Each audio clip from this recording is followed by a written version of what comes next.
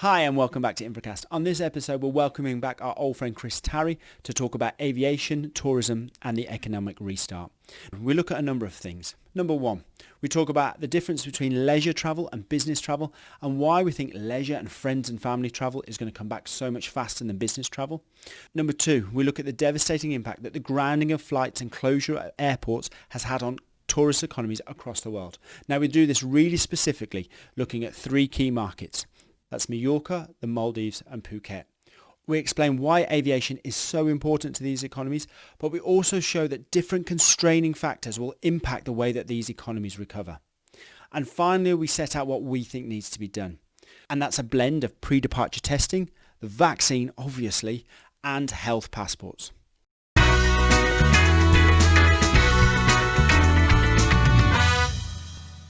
Hi Chris, how are you today? Very well indeed, Andrew. Thanks very much. And it's very good to be discussing what I see as a fundamental issue and very important to a number of economies across the world. So we're going to look at three parts today. We're going to look at aviation and why it's so important to tourism and the overall economic recovery. But we're also going to look at the risk of generalization, that although different tourist markets might come back, they might do at different speeds and in different ways, and there are different factors impacting that. And then finally, we're going to look at the importance of pre-departure testing. Chris, I suppose before we get into any of this, we've heard this phrase a lot that we think tourism will come back quickly, leisure will come back quickly, which infers that business travel won't. Why is that? What's behind that statement? Andrew, I think your assumption is absolutely correct. And indeed, the surveys that we've been doing in the market suggest that in the first 12 months, I suppose, after the market really gets going again, we see the removal of restrictions. There's a reasonable expectation that business traffic will be about 30% of what it had been in the 12 months before we saw COVID. If we look at the behaviours we saw when markets were open through the summer, certainly visiting friends and relatives traffic came back very quickly because people missed going to see their families. And so that was off, moving pretty sharply as soon as it could. And in terms of leisure, again, it's dependent upon, if you like, the receiving country, the restrictions that are in place. And there are still many restrictions in tourist destinations, and we'll talk about that later, that prevent tourists from coming, or international tourists from coming and visiting.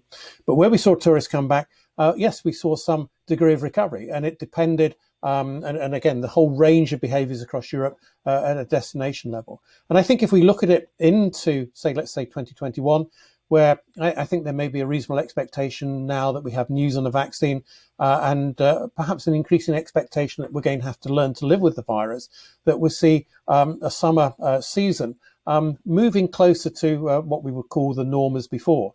And within that, I think leisure will be an important element. So leisure's coming back. Business travel is going to lag. And part of that is not just because of travel budgets. There's not going to be very much in the travel budget for 2021, but the justification that you have to make to travel on business is going to be much higher. So people are not going to do it. So different structure has implications for airports, has implications for airlines in terms of the structure of their revenue. I've been often reported as saying that for any point in the GDP curve that we recover to, there will be less volume and value of traffic than there was the last time we were there. And I suppose there's also the other factor, isn't there, that quarantine, you can wear it. We've talked about this before, haven't we? You can wear it within a leisure environment, as particularly if you're quarantining when you arrive home. Okay, I can live with that. But as soon as you add quarantine, then the business travel just dies, doesn't it? No one's going to take the business trip if they have to quarantine even 5 days either side of that trip. Well, I think on if it's, if people have to go into quarantine on arrival at the destination, well, it still very much holds that that's the same as closing the borders. And our survey suggests that 96% of people weren't going to travel. Coming back the other way, 76% said yes, they were prepared to quarantine when they got home. But that's only an element of those on leisure travel. And certainly in the UK, we're having ideas floated about having business travellers can come to the UK for 3 days and they can do their business and fly home. There are a number of challenges, in my view, about how enforceable that is. And we'd have to have departure verification of people leaving. And it's by no means certain that that's going to have a material impact at all. Well, I suppose let's go back to our base assumption that aviation, that leisure will come back faster. I think we've explained why, but let's get right into that as to why is aviation so important to tourism and to the wider economy? Well, look, we heard at the recent IATA AGM, and it's one of the sort of taglines, if you like, that one aviation job generates 29 other jobs.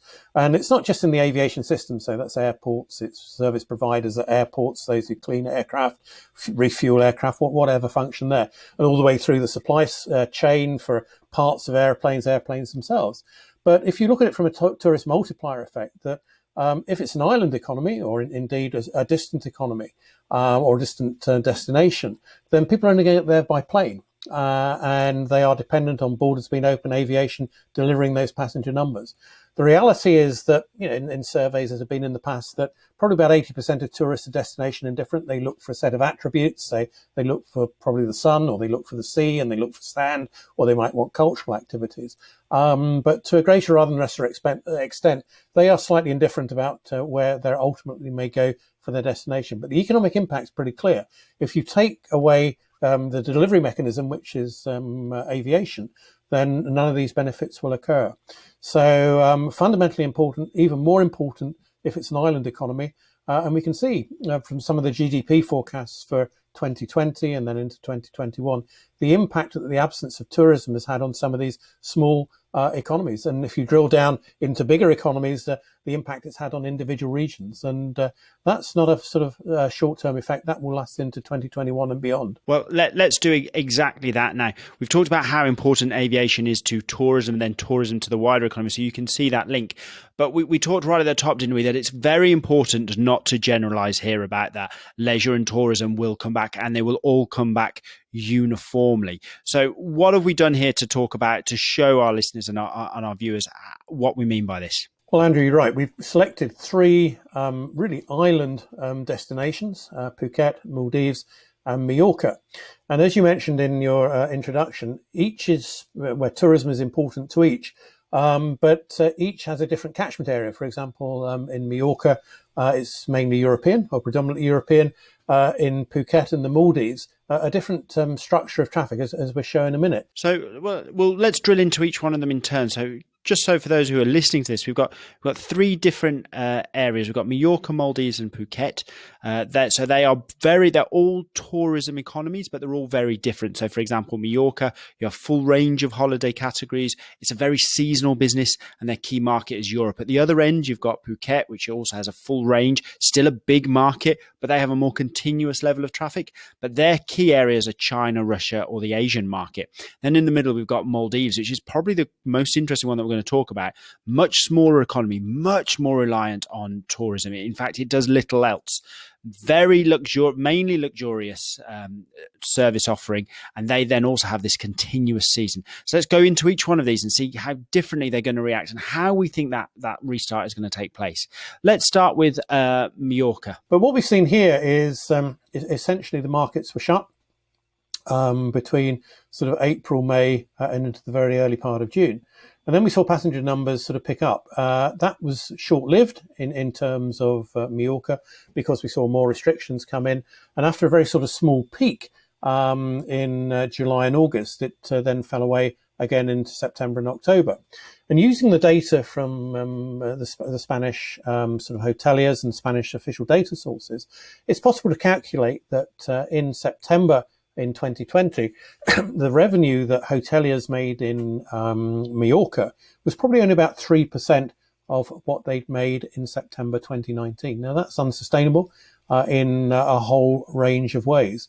And until the markets really reopen, until there is confidence for people to travel, and we'll come to that a little later on, and sort of removing these constraints, then the market is going to suffer. The economy is going to suffer. And I think we have to look beyond it into next year as well. And it's not just in the case of Majorca, it's other sort of tourist destinations as well.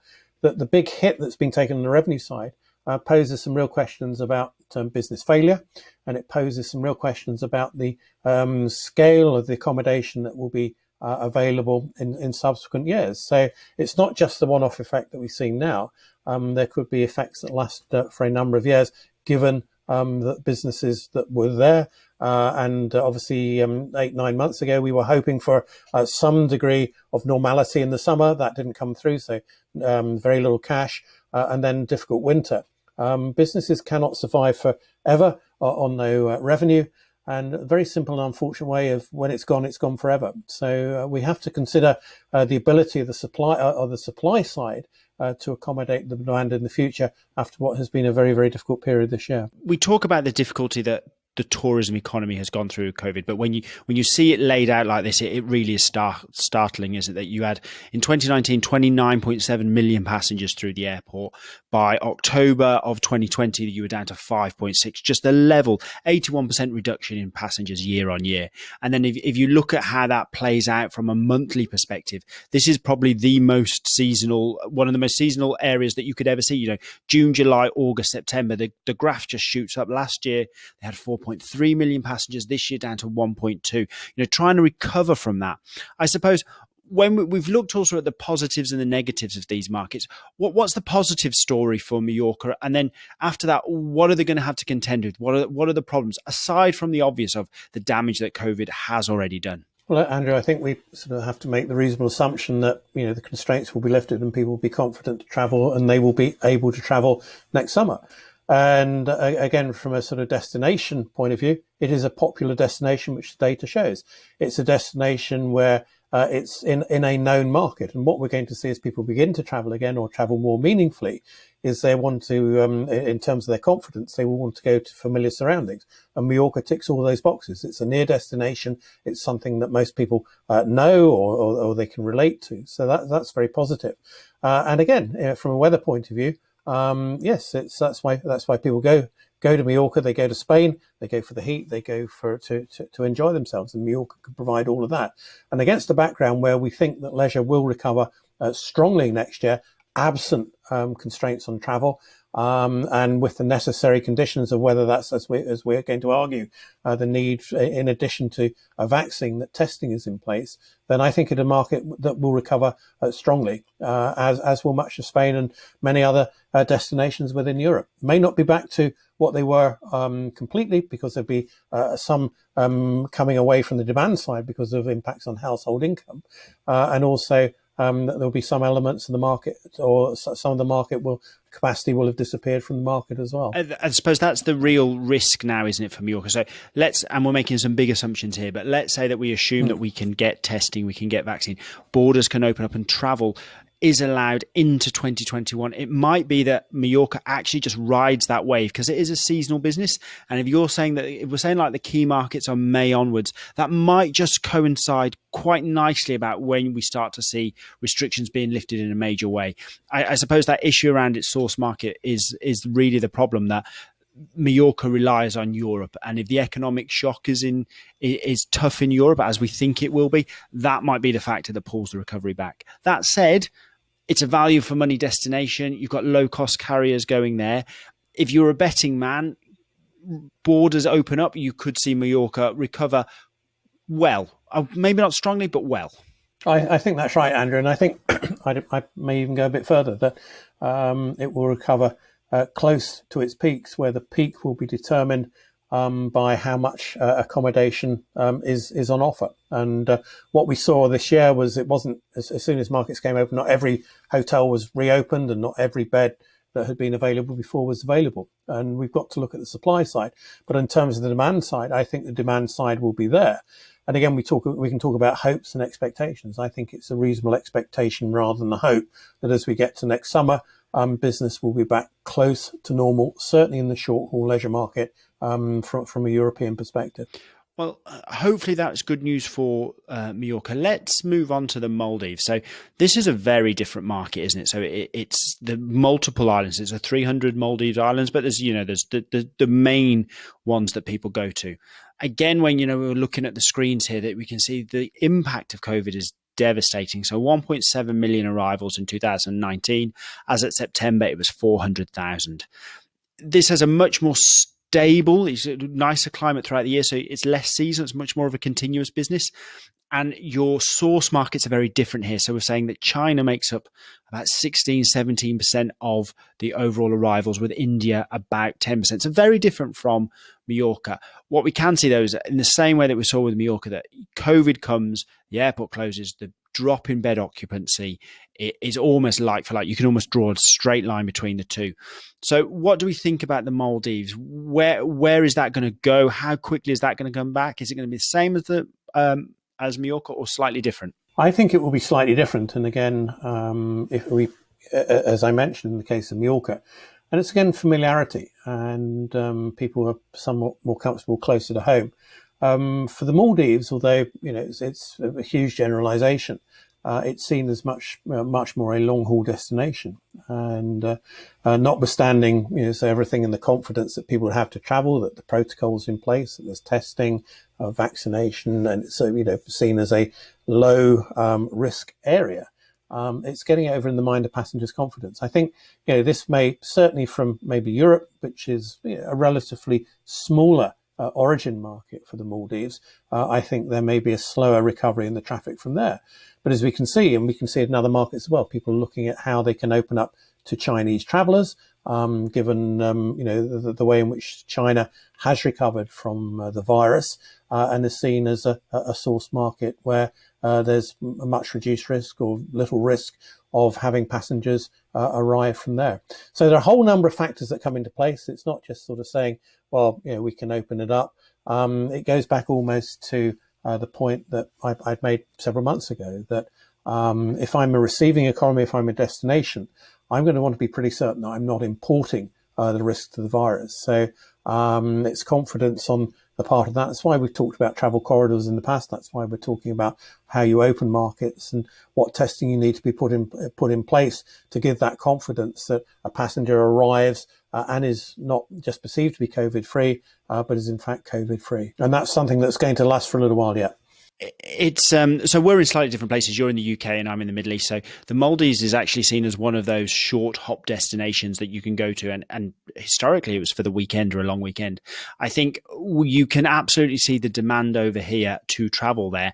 And what you can also see, though, is the way that the Maldives themselves are responding. So when you start to book your flight, it's incredibly clear how the testing process works, the way that your test is included in your ticket price. The doctor comes to your hotel. They have special accommodation that if you test positive, you can see that as an island, as an integrated island, they are trying to respond in total to COVID and to protect their economy by allowing people to come in as easy as possible. Well, Andrew, I think that may well be a model response that can be applied elsewhere. And we've had a lot of talk about how people set up corridors, and it comes back to having accepted standards, and whether you do it, we're great advocates of, in most cases, departure testing. Yes, you can top it up with arrival testing where you may need to, but it's how you make it easy, how it is a rapid test, how it's easy for the passenger.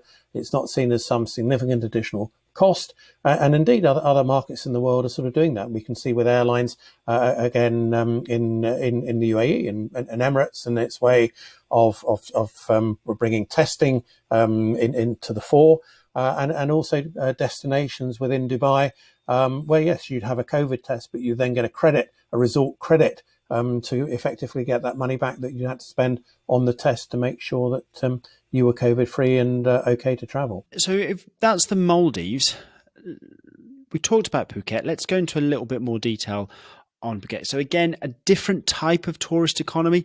Last year, 18.1 million passengers.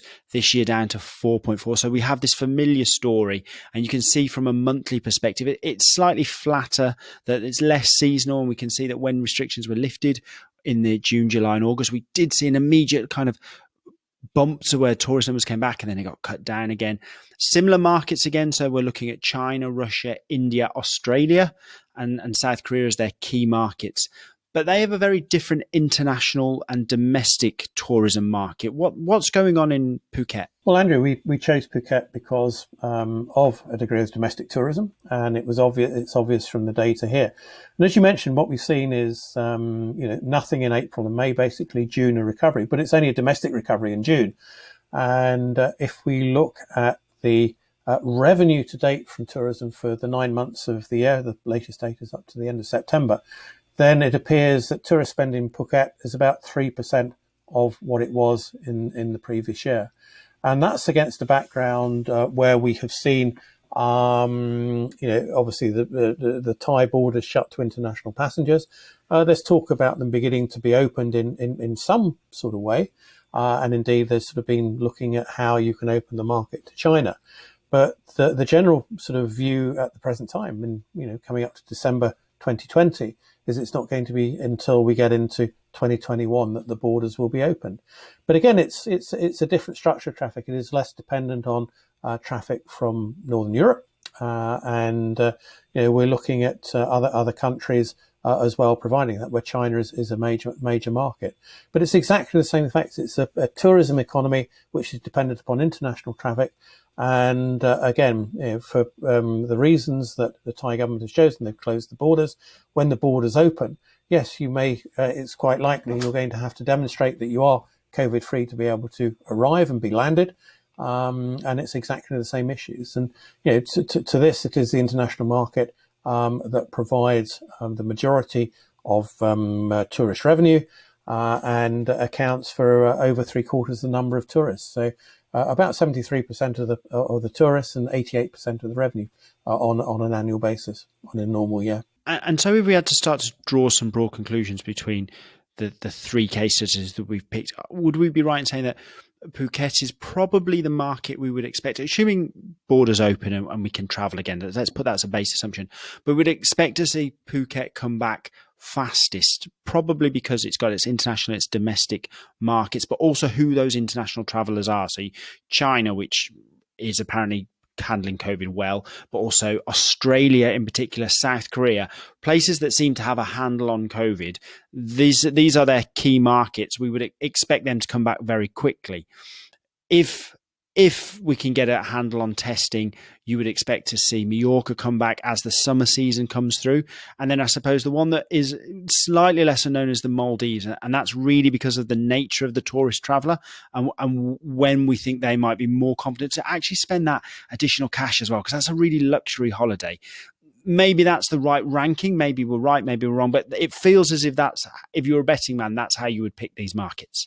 Well, I think that's right. And if we look at Phuket, the importance of China as an origin market for tourism, I think is going to be the key for its rapid recovery. As I say, I think we will see, and again, it's timing, and the majority of holidays are in the summer period in Europe from Majorca, and I think we will see that come back strongly because of the timing issues.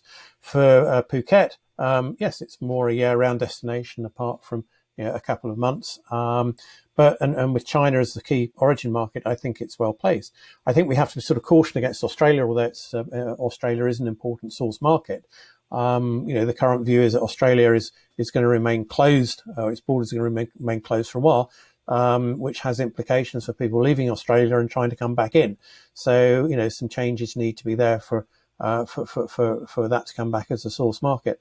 And again, look, it's I think what we've shown here is the impact, and it was broadly known. So all we've done is put some flavour and we've put some data behind it to show how damaging it has been with the lack of aviation.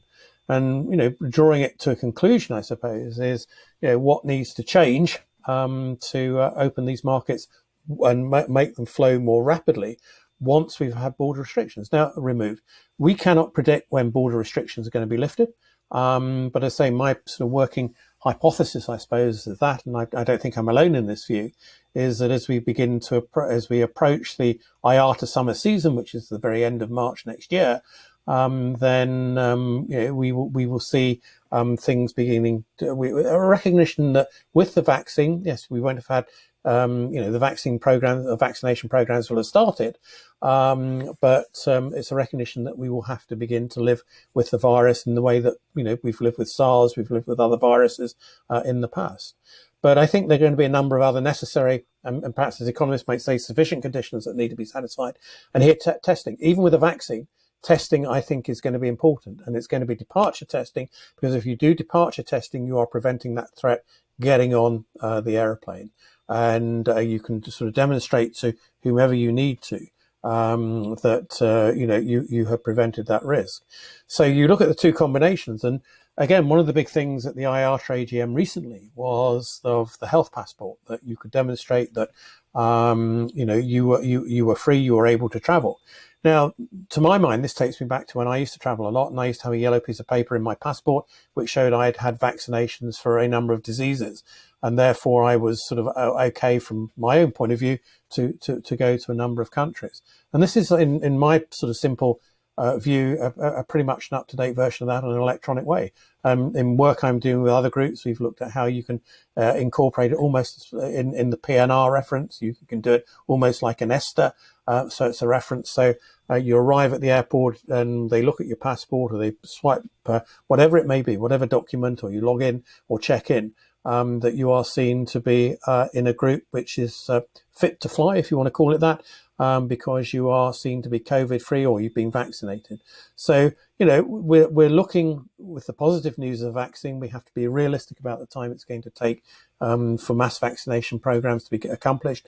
And in the meantime, yes, testing is going to be even more important. And where the key is to get agreed in international standards, which is the missing element of that. We're seeing certain elements with air bridges and acceptance of lab tests conducted at one end of the route in the arrival when passengers arrive.